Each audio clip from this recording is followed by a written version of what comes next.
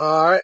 I'm gonna be talking today about how to build it right, how to develop a youth program that lasts.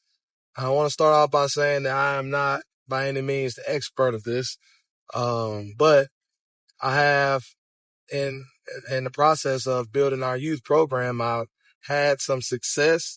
We've done some things that work, and we've seen what doesn't work, and so I think that's the ultimate goal is to find out what you do well, continue to do those things, and the things that you don't do well, you need to eliminate. And so, just want to share a couple of these things with you all about what has been helpful to us in building our program.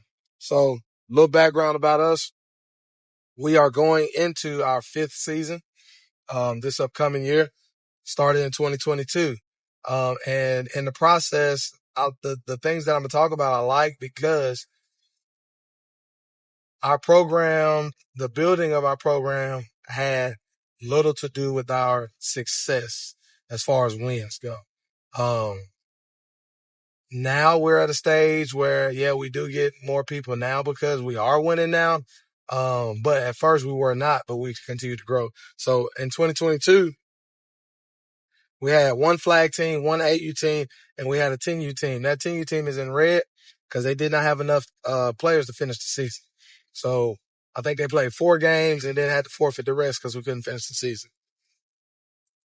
That 8U team was 4-4. They played well, but it was 4-4. Got put out in the first round of the playoffs. So there's no, overwhelming success off of that season. But in 2023, we come back. Now we have 3 full teams. Flag, 8U, and a 10U. Once again, 8U at this point should be the team that at least makes it to the championship game. They didn't. 10U, 8U, and 6U all put out of the first round of playoffs. We go into 2024, huge explosion after I just, a really underwhelming season. We come back and now we have 2 flag teams, 8U, 9U, 10U, and a 12U team. Now we are becoming a little bit more successful because these players that we have are used to the system. They're used to how we're doing things now. 6U, one of our 6U teams wins the championship. Our 9U team loses in the championship. And I think our 10U team got put out in the semifinals. 12U team only played with 12 people the entire season. And they showed up every game. They lost every game, but they continued to fight through that season, which is a extremely proud moment that I use to explain to everybody what football is really about. And so after that, we come to this past season where now we have a team in every age group. And we also have 3 flag teams. Our 7U team won the championship. Our 10U team won the championship. Our 12U team got put out in the semifinals. And so we continue to grow each year. And like I, explained in the beginning, it wasn't because of wins and losses that we continue to grow. It was because of the things that we kind of commit ourselves to. And the first thing that I want to talk about is the identity. So you have to establish an identity. I know people talk about this all the time in all different phases of life. But number one thing that I got from identity, I went to a clinic. I heard Coach Eddie Robinson Jr. speak at Alabama State. He talked about the difference between philosophy and identity. And that hit me. And I use that because philosophy, what you say, what you think and what you say, it has to match your identity of who you are. And we take pride in that what we say is what you see. And I think that goes a long way with people in returning to your program and speaking highly of your program. 2, you got to find your culture. There has to be something that you stand for and something that and things that you just won't tolerate. Like, there has to be some non-negotiable. For us, it's drama. Don't do drama. And if you've been a part of youth sports, no matter the sport, there's always drama when you involve uh, kids and parents and, positions and playing time and all that. I do not do it. And we tell them from the beginning, we don't do it. If you have an issue, you come to me, and we'll handle it. But ongoing drama, won't do it. And I think people appreciate that, in the long run. Number 3 for identity is focus on development. We did not win a lot of games in them first couple of years, but we looked really good playing. And so a lot of people, even the games we lost, they see how we play. And they were like, I want my son to come play for y'all because I want him to be able to do the things y'all do. And so we focus a lot on basic developmental things, and we move those to what looks like creative and complex schemes. All right. And if you see any of my other videos where we talk about offense and things like that, you'll see what we do. And we do it at all ages. So focus on the development, not just, giving the ball to the best kid and let them go, but the development of all your players. 4, consistent branding. That may be hard depending on where you at in your role in their program, but your colors, your logo, everything, if it's consistent, it may seem like a small thing though. Everybody knows what you're talking about. When people talk about you, when people share things, everybody knows who, or what it's about. For us, it's that green tee with the shield around it. If people see it, they know it. Even if they haven't heard of it, they remember. So consistent branding also helps go a long way. Next thing is personnel. I tell people, I can't stress this enough, find good people. Find good people. I understand you want the best coaches. I understand you want the best administrative team. You want the best. Find good, genuine people. And then you can train those people to do whatever you want them to do. But if you don't have good people, if you got a program full of spiteful people that create drama and tension, that's the quickest way to ruin your program. Once you find good people, find what they are good at. So those people, they have a strength. Find what they're good at, put them in those positions, and then plan for your future. So for instance, I find my good people. I want to put them in place. I want to put them in places of leadership. Maybe it's president, vice president, secretary, assistant coach, head coach, whatever. But I want to find the ones with really young kids also, because that means I get to keep those people in those roles for a long time. And I don't have to keep switching. That helps my program stay more consistent. So, personnel is a very, very important part. Communication is the next one. So, hot conversations. Got this from Coach Yak at Florida State. He was a running back coach. He said he calls it hot conversations. Honest, open, and transparent. Do not hide anything. Do not lie. Like, I'm gonna tell you straight up the way it is. I'm gonna be honest about it. You may not like it. All right. They may not like it. They may hate you for it. But as a program, they will appreciate it. And they can't say that you lied to them, you tricked them, or, you said one thing but did something else. So always just go ahead and be honest in the conversations. Number 2, have a variety of ways to communicate. So email. Well, everybody doesn't check email. It's kind of hard. If you're not access to your phone or whatever, a service, sometimes. So we use email, we use Remind, we use, all different types of ways so that we can get information to who you need to get information to.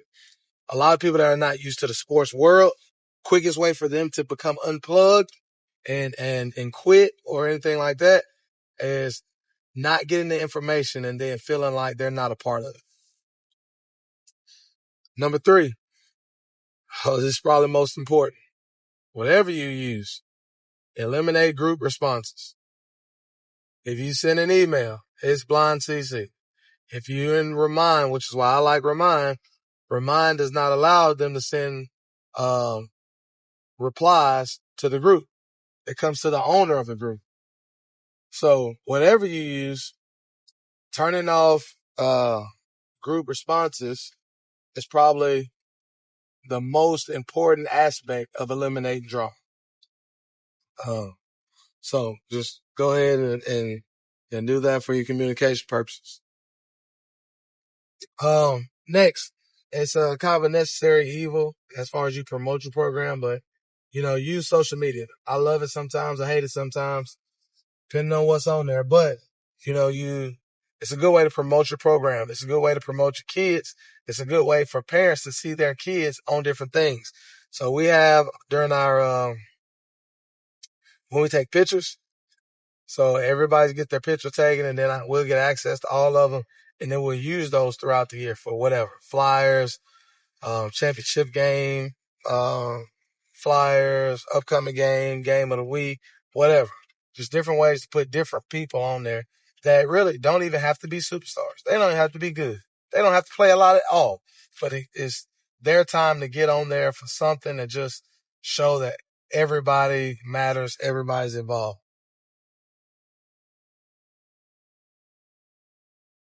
Then your growth. So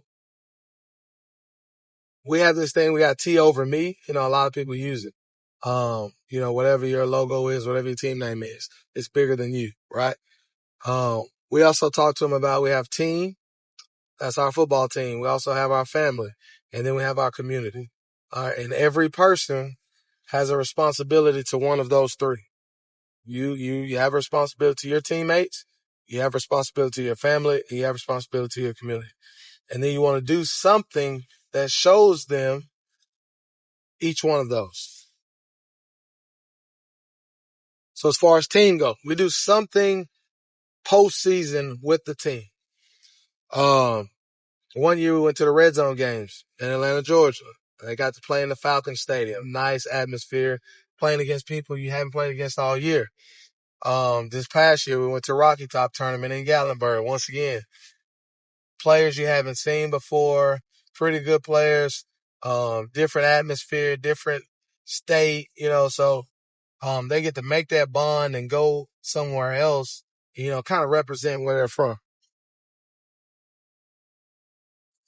And then we have a family atmosphere. So we want to do things that are not, I wouldn't say necessarily football related, but we are not playing football. We're not coaching football at this time. We're enjoying each other as a family. So we have cookouts every once in a while after practice. Serve 2 purposes, it's the family atmosphere, and then kids can go home, not have to worry about dinner, and so forth. This past year we went to the Music City Bowl. Just took the kids up there. It's freezing, but it was a good time. They get to hang out with each other and watch some big time college football. And then community. So we typically do something every year around. First year we did breast cancer, or first couple years we did breast cancer. We had little cards, and we had the kids write a note to someone with breast cancer, an encouraging note, and we delivered those to the hospital. We didn't deliver them personally. Had a nurse kind of deliver them to patients around the hospital. This past year, or the past 2 years, we've celebrated or tried to bring awareness and raise funds for childhood cancer. We had a player that was diagnosed with childhood cancer. He was my 8U center, like really good center. All of a sudden, he can't play anymore. He has cancer.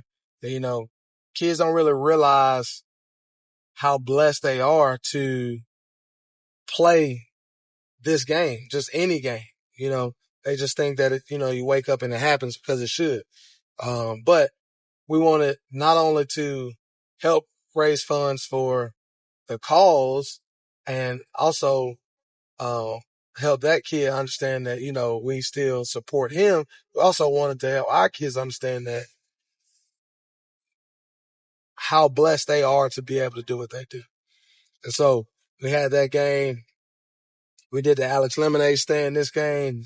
All the yellow stuff with the cheerleaders had yellow bows. Um, 2 years ago, we let them, have a honorary first snap of the game with, it's dead, but just let them do that. And it's just those kind of things go a long way, for your program and your community. Then here's a big one: funding and sponsorships. All right. It's hard to do what we do without money. And so, have to find ways to fundraise and, also create sponsorships. And so what we do is we have fundraisers, and typically 50% of what you raise comes off your fees. So that way we kind of serve the best of both worlds. I get parents engaged to fundraise because they know it's going to benefit them, but then it also benefits the program. And then your sponsorships, we have sponsorship packages for different companies, also for two reasons. That benefits us, because we get the funds, and it benefits them because they get to be, tied to us, and we represent them in the community, and we post things, on social media, on the website, canopies. We do canopies with their logos on them and stuff like that where they're always seen. So funding is very, very important. And last but not least, I put this on here: everyone matters. Set a culture that everyone matters. And so this picture is one of my favorite pictures, because there's a various skill sets sitting on this bench right here. This is, I think, at halftime of our championship game. And I have really good kids on this bench, like just waiting before, halftime's over to go back and play. I have my leading rusher, or actually three. I have my two leading rushers on the bench over here. I have my quarterback on the bench. I have really good outside linebacker over here. And then I have a couple minimum play kids that's sitting on the bench too. And then I have my man right here at the very front of it with the water bottle stuck in his face mask. And so this kid is really a minimum play kid. All right. Obviously he's got the water bottle. His mind is in a different place, but everybody matters. Even the kid right here with the water bottle stuck in his face mask. This kid had made one play all season. It was the biggest play of his life. It was the biggest play that I remember all season because of how everyone reacted. We were up by a lot. He got in the game. He stripped the ball, from the quarterback, fell on it, recovered the fumble, and, held the ball up, and he went and sprinted off the field to go, celebrate his grandparents were there, celebrate his grandparents, and everybody on the team started chanting his last name. Just chanting. They've never done that before with anybody else. And so that's when I kind of knew that, oh, it's a different culture, because it's a kid that plays 2-3 times a game, and everybody's celebrating like he just scored the game winning touchdown. So that's what you want to create. All these things, these are things that we've have done to continue to grow. And I think if all youth programs, kind of started to do things that are successful for them and share those things, youth sports in general will be in a lot better place.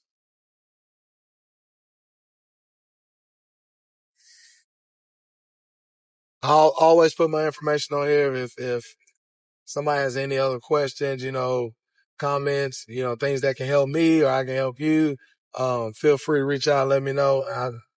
Look, the ultimate goal is to make things better for the youth in our community and make them better people, players, and everything they do.